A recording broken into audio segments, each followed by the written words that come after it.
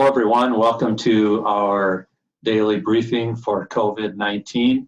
My name is Marty Guthmiller. I'm the CEO at Orange City Area Health System. This is our 17th edition. Make sure I get that accurate. 17th edition. Today we have Jenny Altena with us, and I'll introduce Jenny in just a moment.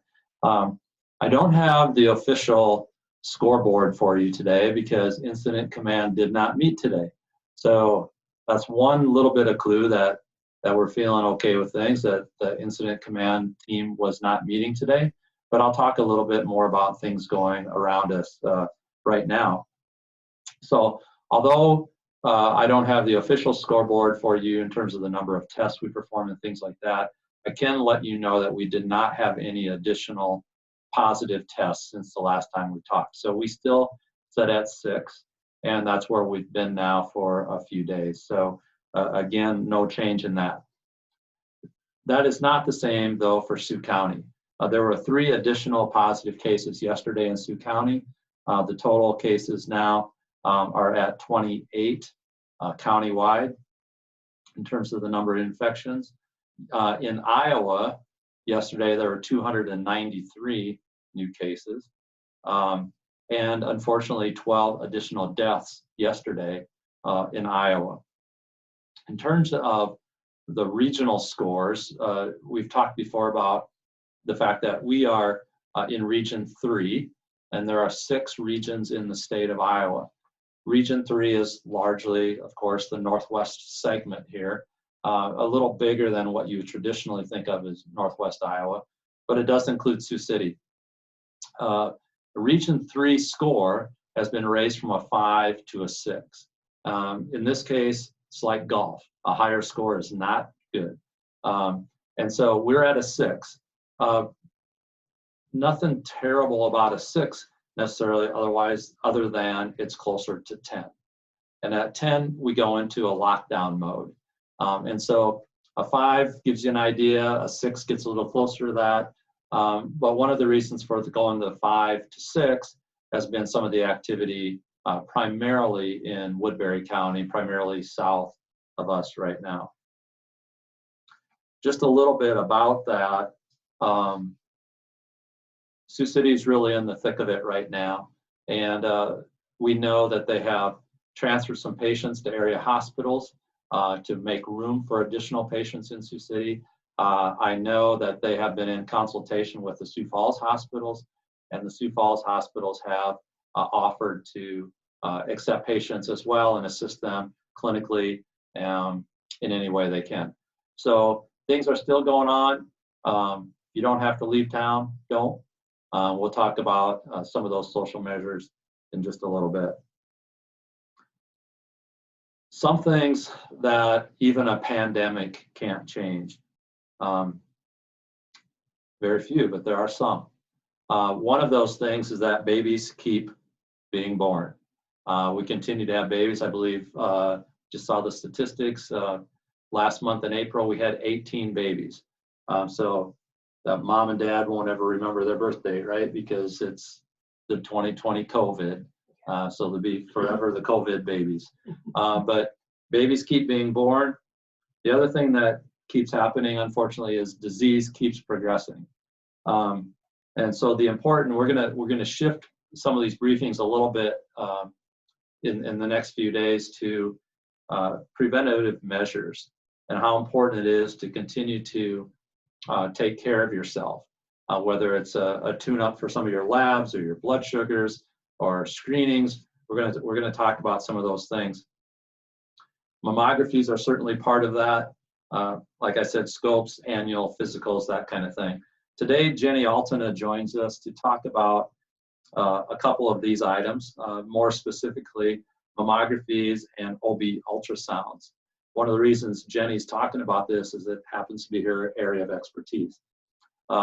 Jenny is our Radiology Manager here at Orange City Area Health System and joined us about a year and a half ago.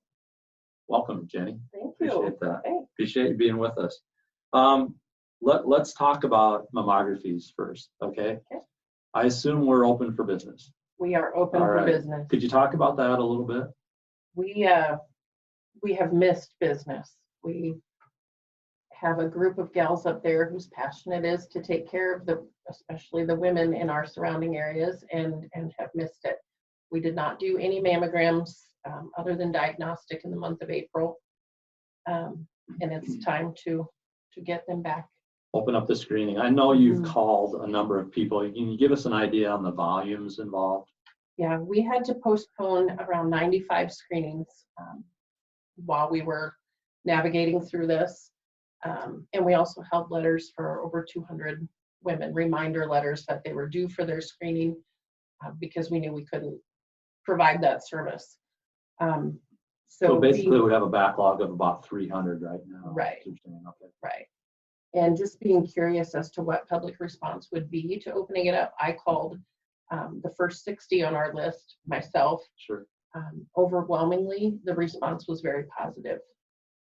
We had a few that were concerned for sure about their health and coming out, but the majority of them were ready to get back to. So let's talk about that, specifically the concerns that people have. Talk to us a little bit about the extra precautions that we've been taking, particularly in the COVID-19 world. Sure. Talk about that a little. Sure. Yep. Upon coming into the hospital, it starts. We are checking and screening patients, and all patients wear a mask in public areas. Of course, when they come back to the room for their mammogram, they are allowed to take it off because there's breath holds and things that are difficult without a mask. Sure. The technologists all wear masks for every exam. We are spacing exams a little bit more frequently or less frequently to give us time to sanitize the rooms more thoroughly in between patients. We also have the UV robot in our rotation coming up and cleaning the room. Excellent. Yeah. For those of you that think we have some robot roaming the halls, we actually call it a robot, and it is a robot, but it's a high-tech ultraviolet light system that we bought specifically for this COVID-19 outbreak, and we use it to sterilize, disinfect entire rooms. This unit can go into the OR, it can go into a patient room, and go into ambulance. It's a fairly good-sized unit, but it is portable, it is movable. And I actually did not know that it was going into our mammography unit. So we're using that. It'll disinfect an entire room in minutes, and it will penetrate anywhere light can go. The ultraviolet light does that, and it's a very good tool that we're using. So I appreciate that. And then as usual, we have a separate waiting area for our women's imaging, our mammography, DEXA, and ultrasound patients are in a specific waiting room. Excellent. Well, let's switch gears. You mentioned in the ultrasound area then a little bit. Let's talk specifically about OB and OB ultrasounds and some of the cool things you're doing. We talk a lot about in the community, and one of the things we want to do, and I've said this before, and I can see maybe some people at home shuffling a little bit in their seat while watching this, but I feel completely safe coming here every day to work. And I have come here every day for sometimes a little every day during the outbreak. And,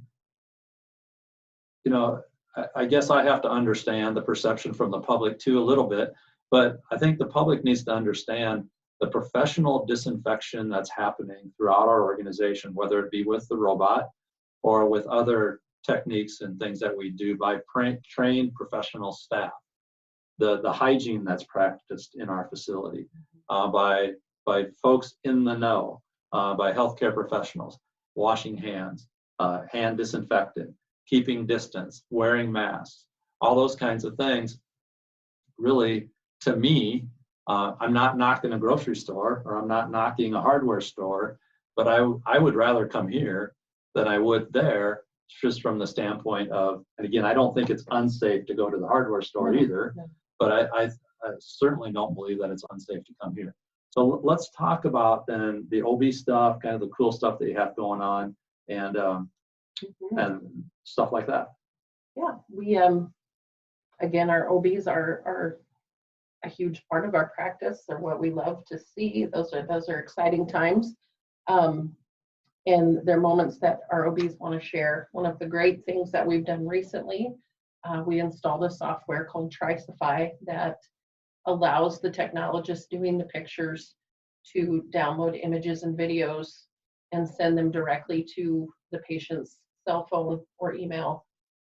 They actually have them before they even leave the room, so they can share with whomever they wish. You see, I'm a grandpa, so you know, when we had kids, you know, a grainy ultrasound picture Right. was just like unbelievably cool. Yeah. You know, Yeah. so now we're getting little junior sucking his thumb and things like that, Yeah. right? I mean, there's Yeah. some cool stuff, and it's actually video. Yeah, we can do Nice. video clips and still pictures. And of course, we still have the 4D option, which Mhm. is incredible to look at, very realistic. And So are we having, so when a patient comes in, is it still permissible to have one significant other with them? one person. One Yeah, we person are comes limiting in. that still. Okay.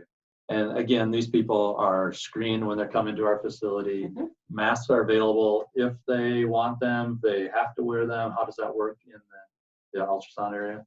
Masks have to be worn in the public areas. Okay. Once they leave the waiting room and get into the exam room, they can remove the Just like in mask. the mammography unit then too. Okay. Okay. Well, we're open for business. It's important to maintain your screening programs. We're ready to go. We're keeping it as safe as we possibly can. Jenny, is there anything else that you'd like to add from today's perspective? All right. Thanks. Jenny's ready to go. Call her up, ask for her by name, and she'll make sure you get in. So thanks for joining us. We ask you to stay vigilant, stay strong, stay healthy, keep practicing those social distancing measures. Thank you again for joining us.